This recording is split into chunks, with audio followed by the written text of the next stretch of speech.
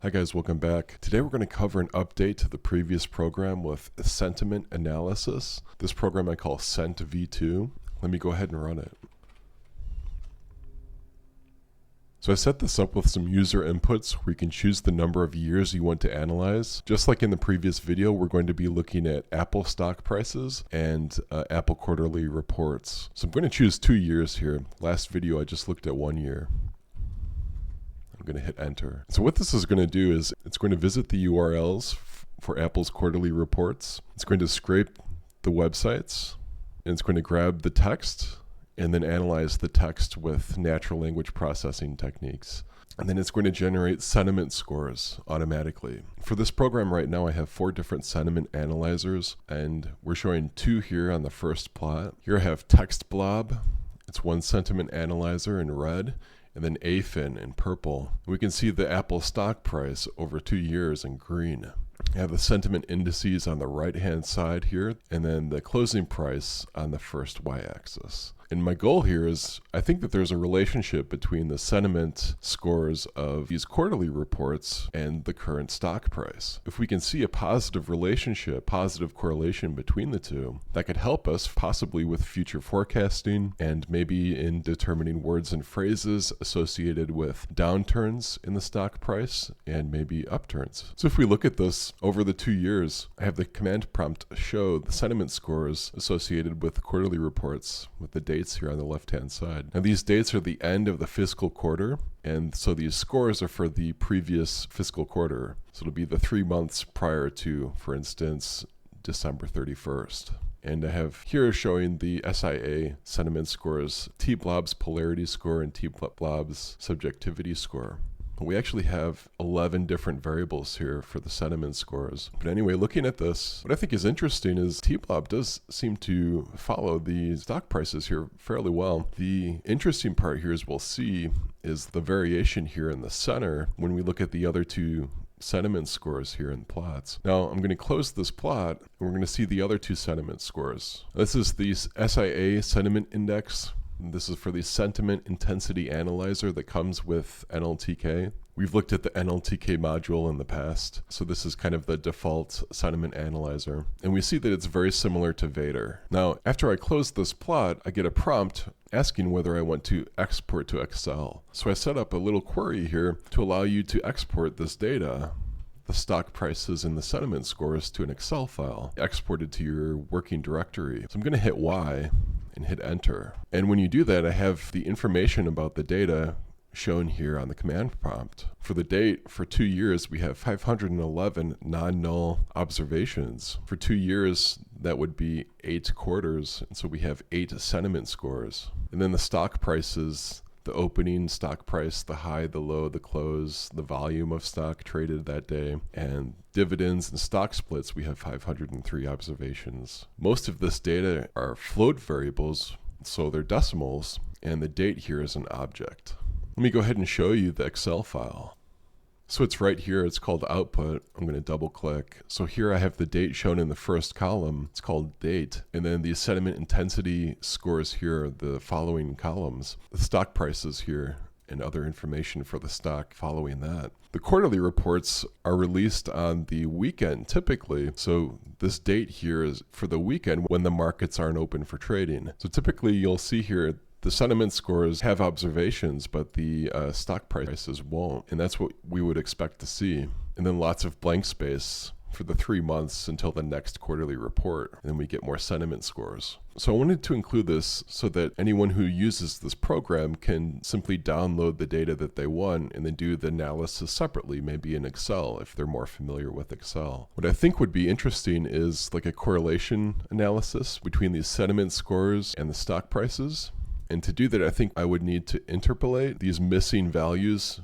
So from one sentiment score in 3 months to the next sentiment score. In any case, we can do that type of analysis in Excel, and maybe it's a little bit easier for most people. So that was for 2 years. Let's try this again for 5 years. And so the program is running. It's checking the URLs.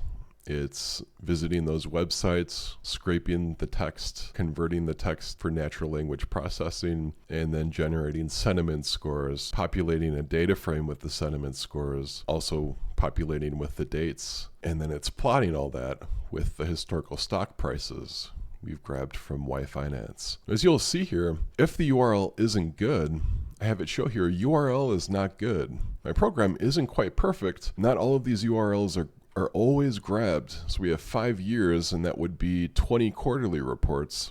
And I'm missing one, and the one I'm missing here is for 2020, and it's the first quarter.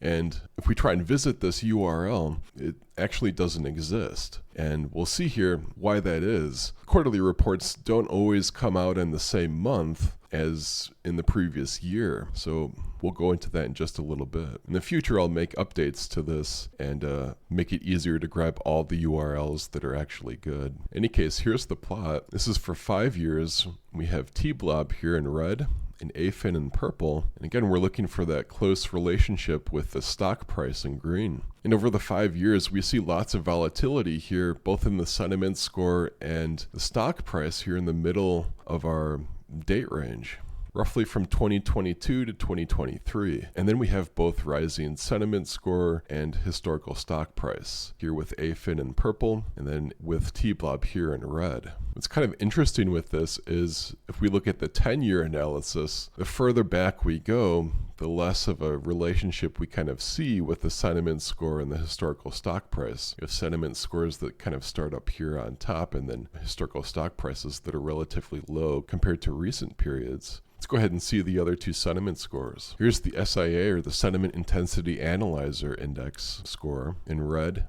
We can see it's pretty similar to Vader in purple. And again, we have this variation in the center, roughly from 2022 to 2023, which does seem to coincide with the historical stock price leveling off and experiencing lots of volatility. And then after that period, we have roughly an upward trend in both the historical stock price and the sentiment scores. I'm going to close this out, and I'm not going to export this to Excel, so I'm going to hit N and enter. We can see all the observations here, the data types and whatnot. So let's jump into the code.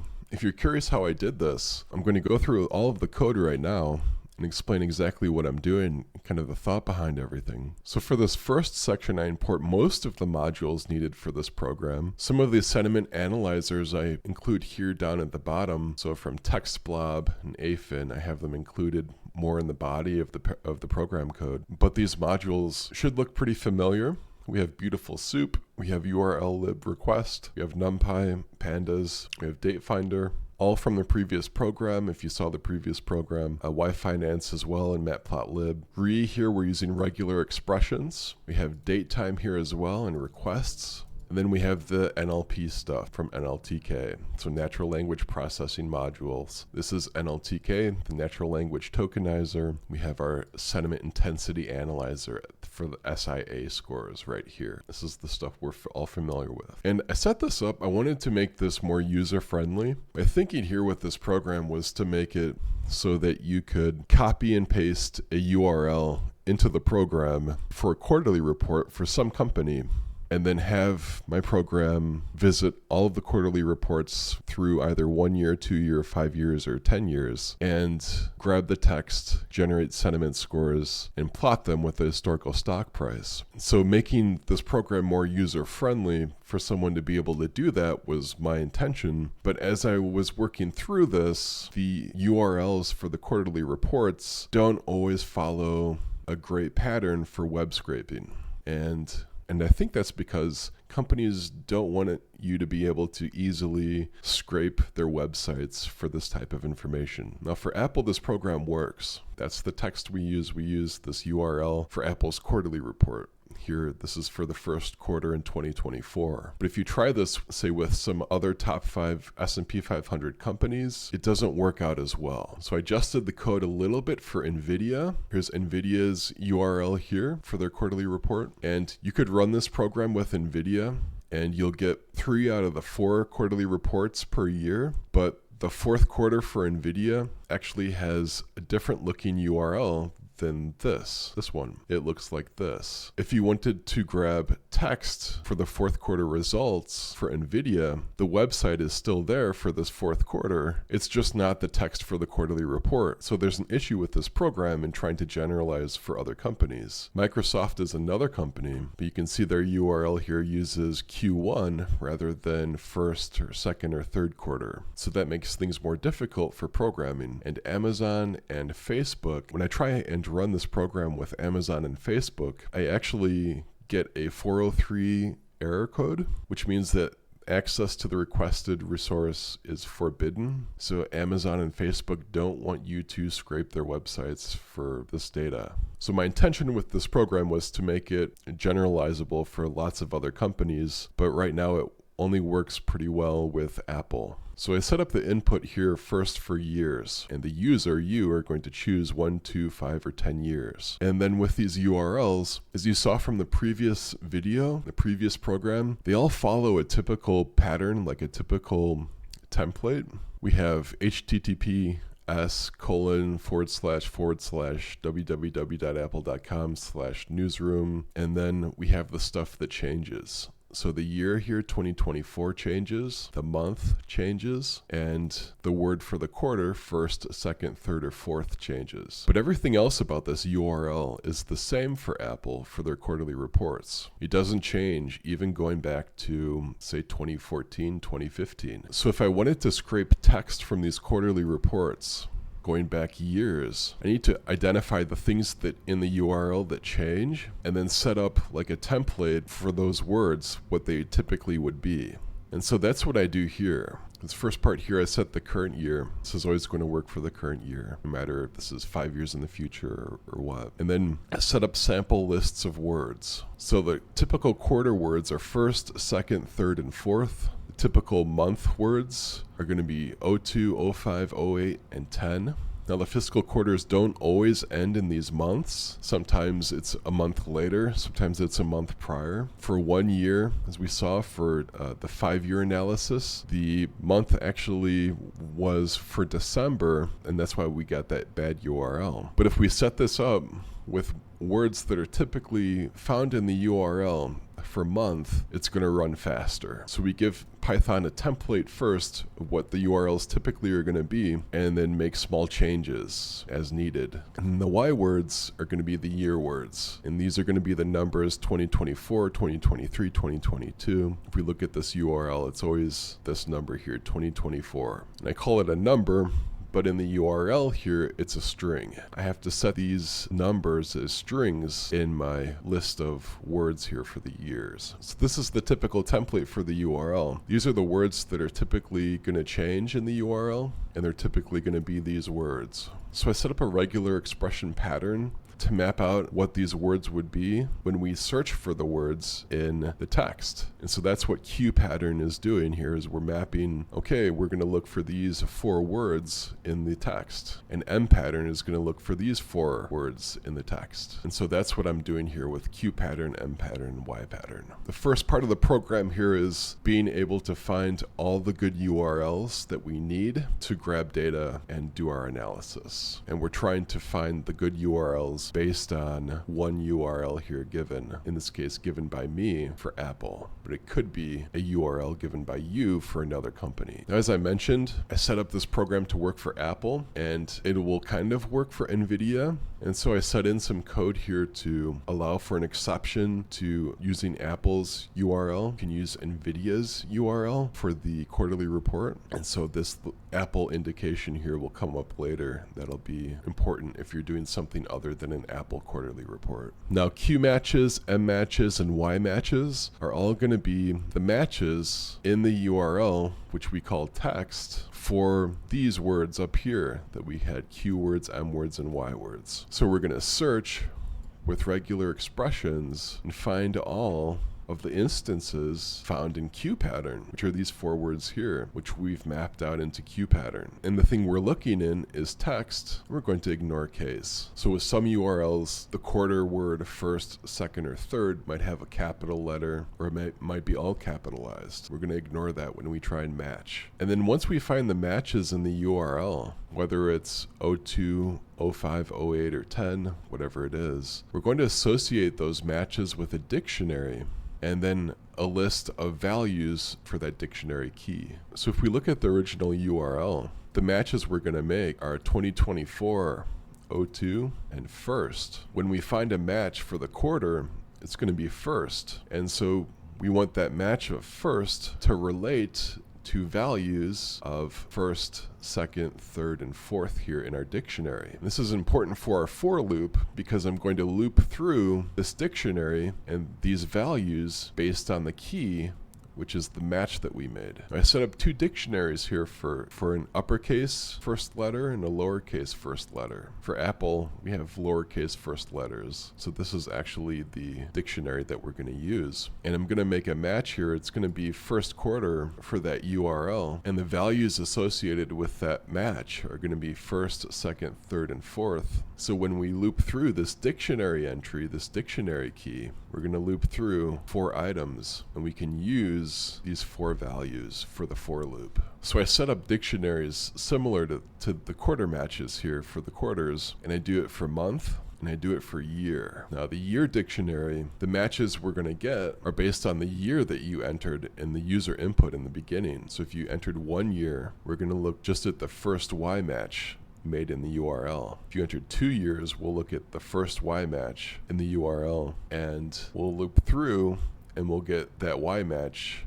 -1. So the first Y match we get in the URL, it's 2024 for the Apple URL. Well, I want to use that information and go back another year because you want 2 years of data. And that Y match is a string. So first I'm going to make that Y match an integer, and then I'm going to subtract 1 from it. So 2024 becomes an integer rather than a string, and I subtract 1 from it, it becomes 2023. And then I make it a string again. So all the values in this dictionary are strings. And then when we go through, we try and grab URLs. Then when we try and grab URLs with the program, it's going to match up these strings with the URLs that we're trying to grab.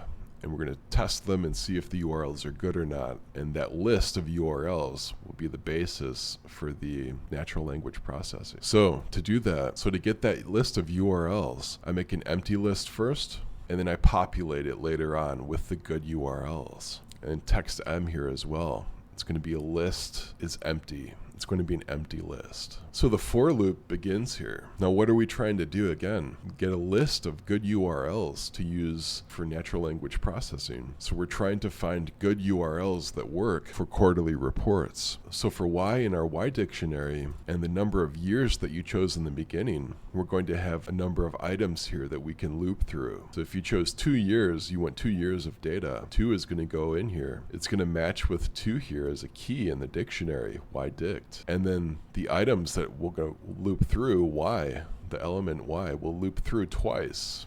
We'll loop through Y matches 0, which is 2024, and 2023. So this for loop will iterate twice. And what do I want to do with that information twice? What are we going to do for each year? Well, we're going to change our URL, which we called text. Text is what we call the URL here. It's our quarterly report URL. And we're going to replace in that URL the Y match we made with a regular expression pattern, whatever that match is, and in this case it's 2024 for this first iteration. We're going to replace 2024 with Y in our dictionary. And the first element in the dictionary for 2 here is going to be that first Y match, which is 2024. So we're just matching 2024 with 2024. The first iteration doesn't change the year in the URL. Well, what do we need to change next then? So we're in 2024. We need to change the quarters, because we need to get 4 quarters of quarterly reports. So for Q, in the quarter dictionary, we're going to look at the Q matches that were made in the URL.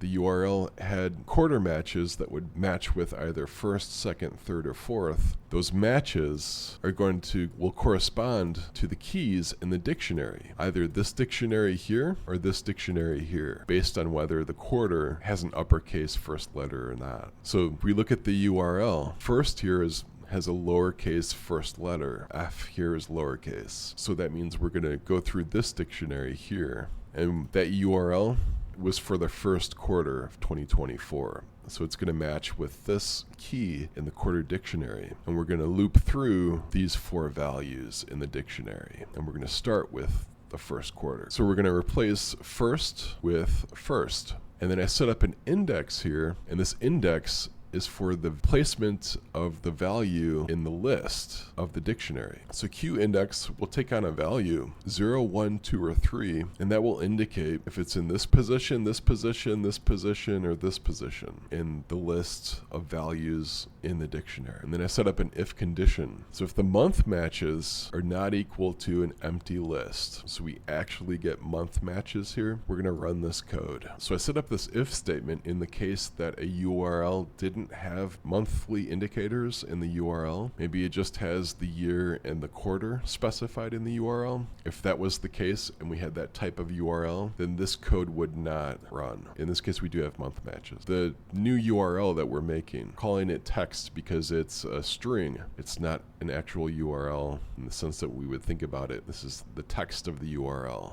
that we're looking at and changing. And for text I take the previous text Q, and I replace the month matches here that we had with regular expressions that we matched in the URL, right? Either 02, 05, 08, or 10, whatever we matched in the URL. We're going to replace it with the new value associated with the key, which is our match, and it's going to change, and it's going to be associated with the Q index, that column, either 0, 1, 2, or 3. It's like we're reconstructing the URL that it was given, and we're trying out, does this month work in the URL? Does this month work in the URL? And we're going through based on the index value 0, 1, 2, or 3 here in the dictionary. And we're testing the different months. And so for each of those values in the dictionary, we're going to try a response and see if the URL is good. And so if we get a response code here of 200, it means the URL is good, the URL exists, and we're going to append it to that URL list, the empty one that we made in the beginning. So this is how we create a list of URLs for the quarterly reports that are good. Now, if that month value in the month dictionary doesn't work, it's not good, then we're not going to get a good URL. What do we do then? What should we try then? Well, I set up the dictionaries to give us a template for typically what the URLs would be. They would typically have the first quarter in February, fiscal quarter ending. Now, if it doesn't end in February, what do we do? Well, we change the month by one number, by 1 month. And so I add 1 to the month. Like, for instance, if 02 doesn't work to make the URL good, I add 1 to it and make it 03. And then what if 03 doesn't work? Well, I subtract 2 from that and I get 01. I try January, and we try that URL, see if that works for the first quarter. And so that's what all this code here is doing. So for +1, we're changing the month value. We have our previous match here and the value for that match in the dictionary, and we're making it an integer. We're stripping it of these little bars here, so it's just going to be the number, and then we add 1 to it. And once we do that, make sure it has 2 spaces, not 2 decimals, but like 2 places for the number, because if you see in the URL, it's always 05 or 08 or 10. It's always 2 digits, so we need zfill here. And then I make everything a string, or we put it back to its original form, and then I add the slashes at the beginning and end. Right, we have a slash in the beginning, slash in the end, and it's back to a string, just like it was. So I call that +1. And then what do? We replace it in the URL that we had. So we take our old value, whatever it was, we replace it with +1, and then we try the response again. Test to see if the URL is good. If it's good, we append it to the URL list. If it's not, we try to subtract 1 from the original URL month. And we go the other way. Instead of adding 1, we subtract 1, the month prior to the original URL month. We do the response, we check to see if it's good, and if it is good, you append it to the list. Now that's as far as I've gone with the kind of checking URLs to see if they're good for the natural language processing. If we get a URL that's not good, it's still not 1 month ahead or 1 month prior to the original URL, then we just get URL as not good response that's printed. I think in an update to this, I might allow you to enter the good URL here I'll set up a user input, just allow you to copy and paste in the URL that's good for that quarter. I'll ask you for the URL for that specific year and quarter. Then we still get a semi-automated process where we can get lots of data. The accept line here is for the try. The else here is for the if statement. Up here, it's for the M matches. If the URL doesn't have M matches that look like this, month matches that are set up like this with numbers, then what could you do? Try the URL with the new year and the new quarter that we've looped through. So we just try it with the new year and the new quarters. And if the URL is good, we append it to the list. If the URL is not good, then we just give a notice. And then at the end, I have the program print how many quarterly reports you've grabbed that are good. For instance, when we took 5 years, it printed out, you have 19 quarterly reports. Okay, because we missed this one. This one was bad. URL is not good. Now we have a list of URLs that we can loop through. Once you have good URLs, you can easily set this up and scrape them with a for loop. And that's what I do in this next section. A great trick here, as you saw, set up your empty lists before the for loop, and then just populate the empty lists as you move through the for loop and it iterates. Very easy, convenient way to set things up. And then when the for loop is completed, you have your lists already populated with the data that you want. So here the empty lists I have are that one is for data. This is going to be the actual text that we scrape from the websites. SIA scores are for the sentiment intensity analyzer. Vader scores, again, these are sentiment scores. The compound scores are what I'm mainly concerned with. Like for T-blob, it's called polarity. So I have the polarity scores here in T-blob scores. And T-blob has another measure. It's called subjectivity, I believe. And I have that populated here in T-blob scores too. AFin scores. These are sentiment scores for the AFin analyzer. And then dates. Remember, we have to get the dates from these quarterly reports. Then we associate the sentiment scores with the dates in a data frame. So once you have your empty lists, then we enter the for loop. We do all the natural language processing stuff. So we set this up similarly to previous videos. We have our text here, which is going to be empty.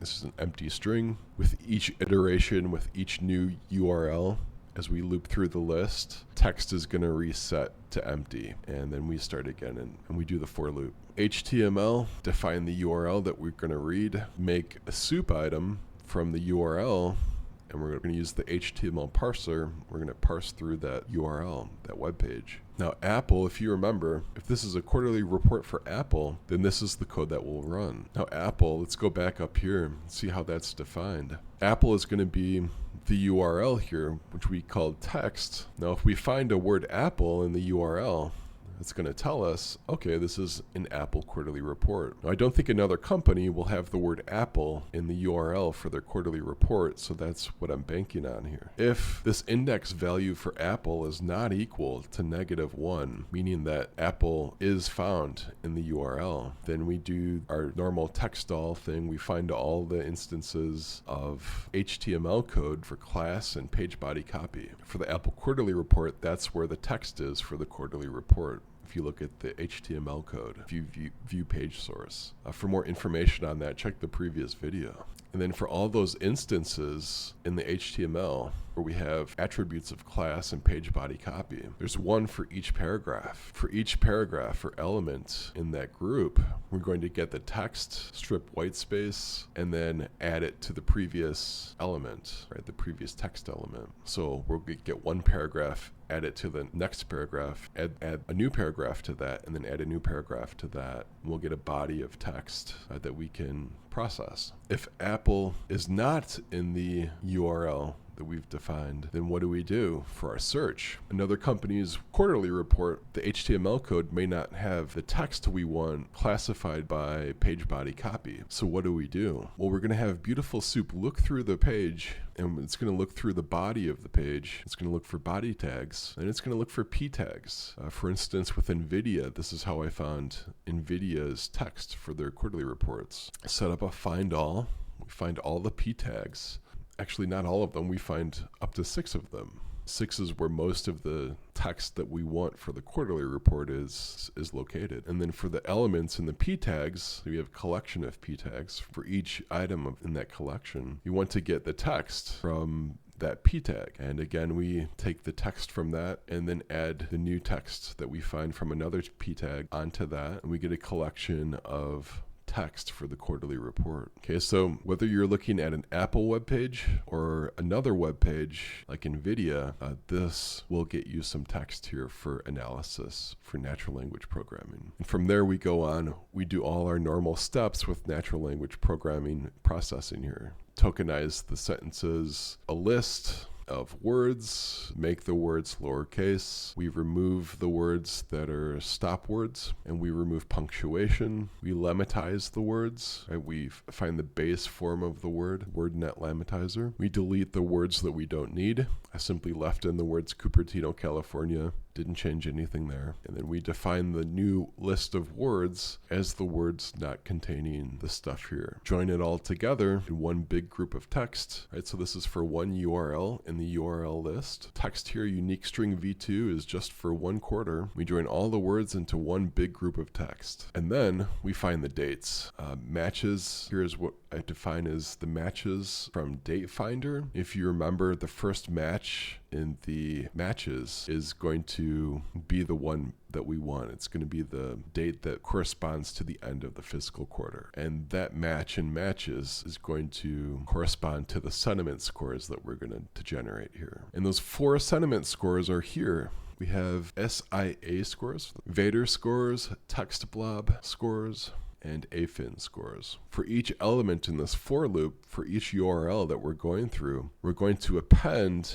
the scores to those empty lists we defined in the beginning. And those empty lists are going to be populated with the sentiment scores for all the URLs in URL list. And these are all the good URLs that we found up here. So at the end of this for loop, we're going to have sentiment scores and dates associated with the sentiment scores. And that's all from a list of good URLs that we found for quarterly reports. So we take all that info, we make a data frame of it. So I define df1 first as a pandas data frame of the SIA scores. I define the columns here, SIA negative, SIA neutral, SIA positive, SIA compound. And so I wanted to change the names of these scores because the Vader scores have the same setup, negative, neutral, positive, compound. And I wanted to name them differently so we can determine which scores are from which sentiment analyzer, right? So df1 I call is the data frame of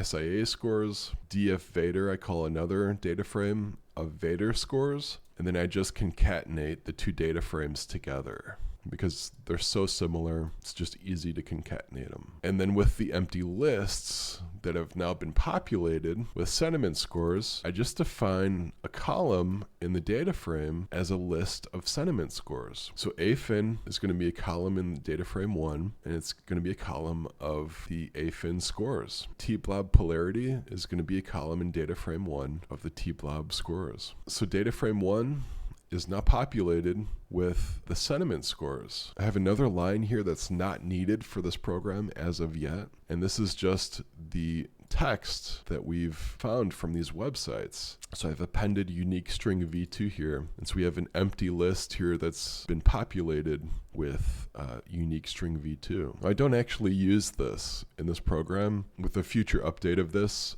I want to find the words and phrases associated with certain sentiment scores. With this line of code, I can eventually do that, I think. So I left it in here. And with the sentiment scores in a data frame, we just need to add the date. So in the first column of data frame 1, I'm going to put a variable called date, and it's going to be those dates that we matched at that certain quarter. So it could be the 3rd quarter. I'm going to sort based on the date.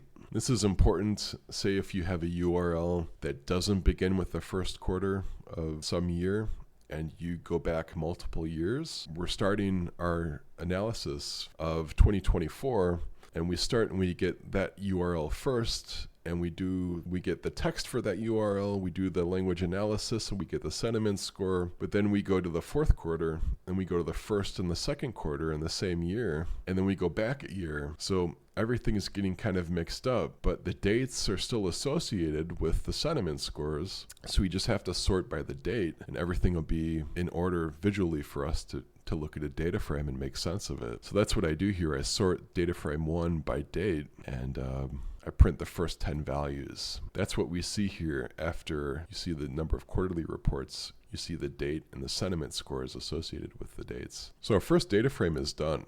Our second data frame is just going to be the historical stock prices and the dates associated with those stock prices. So the stock prices we want are for Apple. And I won't spend a lot of time on this. But because we just did this in the last video, but we're going to get historical stock price data here from yfinance for the period defined by years in. So the number of years you put in first, it's going to be the same for the number of stocks prices. It's going to be, so the number of years you put in the beginning, that will also define the period of stock prices. And so for yfinance, they always have a Y after the number to denote year. So for yfinance, it uses 1Y, 2Y, 5Y, and 10Y, and those are the only options for yfinance. So for whatever years you put in, we're going to add the string to Y and make those years that you put in a string as well. yfinance can understand this. Data frame 2 is going to be that historical stock price data. And looking at data frame 2, the date time index has a bunch of other information that we don't really need. The date time index for data frame 2 has a weird setup with the time zone and like time here. We don't need this other information. So I set up this code here to make data frame 1 have a date time index similar to data frame 2. So when we plot data frame 1 variables with data frame 2 variables, they will correspond to the same date time index, and we'll have the same x-axis. And so that's what this code here is doing. It's making sure that data frame 1 has the same date time index as data frame 2. And then we plot. Now I'm making one figure here with two plots, two subplots. We have 2 rows here and 1 column, each row containing a plot. We call it figure and axis. We're plotting subplots with 2 rows, 1 column, and a figure size here 8 by 8. Now the first plot has 2 y-axes, so we have to define the variable for each y-axis along with the x variable, which is going to be the index for data frame 2. Where data frame 2 has our stock price data, so the y variable for data frame 2 is going to be close. It's the closing price for the stock. I'm going to change the label, and we're always going to color it green, the stock price. I set the title. Here we're going to look at text blob and AFIN first, those 2 sentiment scores, and then we set up the second y-axis for the first plot. That's going to be our t-blob score, polarity score. We include some legends, and then we do the second plot. Right? This is for the second row in our figure. It has 2 y-axis. The first y-axis is going to be the stock price in green. Second y-axis is going to be purple. It's going to be our AFIN score. Throw up the legends in the upper left and upper right hand corners. We're going to plot with a tight layout and then show. That's how I get the first figure. Now to get the second figure with the other 2 sentiment scores, I set this up just like the first one. I just changed some of the variable names. I changed the title so that we look at the compound score for the SIA index and the compound score for the Vader index, the Vader sentiment analyzer. So that's how we get the 2 plots. Now this last part here is with Excel. So we have 2 data frames. We want to export the data to Excel. Well, I give you the option to export to Excel. How do I need to set this data up so that you get a nice output with Excel? Well, if you try to export the 2 data frames to Excel, it's not going to allow you to do it because Excel doesn't recognize the time zone format in our date time indices. So what I did was I changed the date time index for both data frame 1 and data frame 2 to strings taking the form here of year, month, and day. So we eliminate this other stuff here like 0500 plus 00 indicates the time zone and whatnot. We just want the year, month, and day. And we just want the strings, right? We don't need this encoded as the date time index or anything like that. And then I merge the 2 data frames together. And then I call this a merged column in the merged data frame date strings. And we're just going to take those two date strings here. We're going to combine them. I'll use this method called combine first. It's going to fill in the missing date strings of one data frame with another data frame. And once we have date strings, that's going to have all the dates for both the sentiment scores and the historical stock prices. And once I have that, I can just drop all the other date variables and not have to worry about it. So that's what I do here. I drop these other columns. I want the date variable to be the first variable you see in Excel. And so that's what I insert it here into the first column. I call it date, and I merged is the data frame of data frame 1 and data frame 2, and it's has this variable date strings that we want to insert into the first column. And I print some info on that. And that's the info you see here in the command prompt. So you see date in the first column. You see all the observations. Date will have the most number of observations, and it will be the first column in the Excel file, Excel output. So to get a nice Excel export, I had to do a little extra prep here, a little extra processing, but I think the end result is nice. And then I set up a user prompt here to ask you if you want to export to Excel or not. If you put in Y, hit enter, it's going to execute this thing here along with exporting to Excel. And you're going to get a file called output.xlsx, and without any index kind of defining this. There's no date time index here defined. We still have date here, the strings that we defined from before.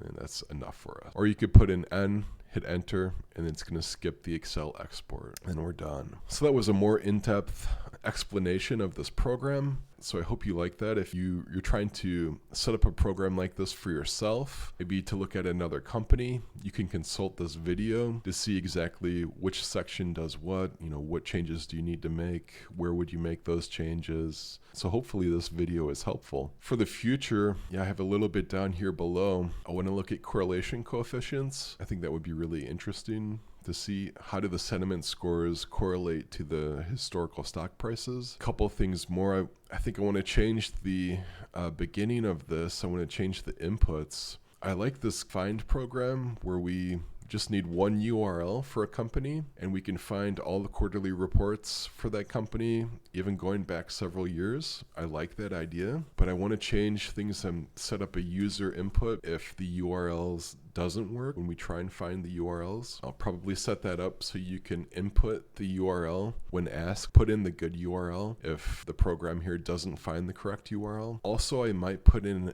an option for you to use text.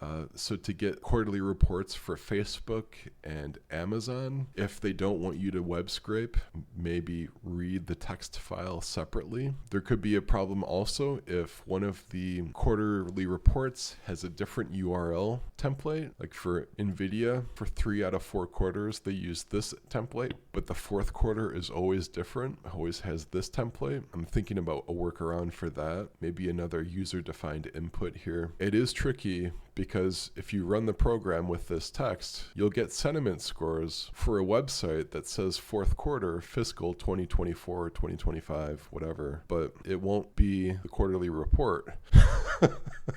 So I think those are some changes I'll make. But if you like this video, go ahead and like the video, subscribe to my channel. I'm going to be posting more projects like this. What kind of analysis would you do with this? Like, what company would you look at? Would you look at quarterly reports, or like would you look at some other type of text data? What kind of words or phrases do you think are associated with the downturns in the stock price or upturns? Let me know below in the comments section. Yeah, I'll see you guys next time.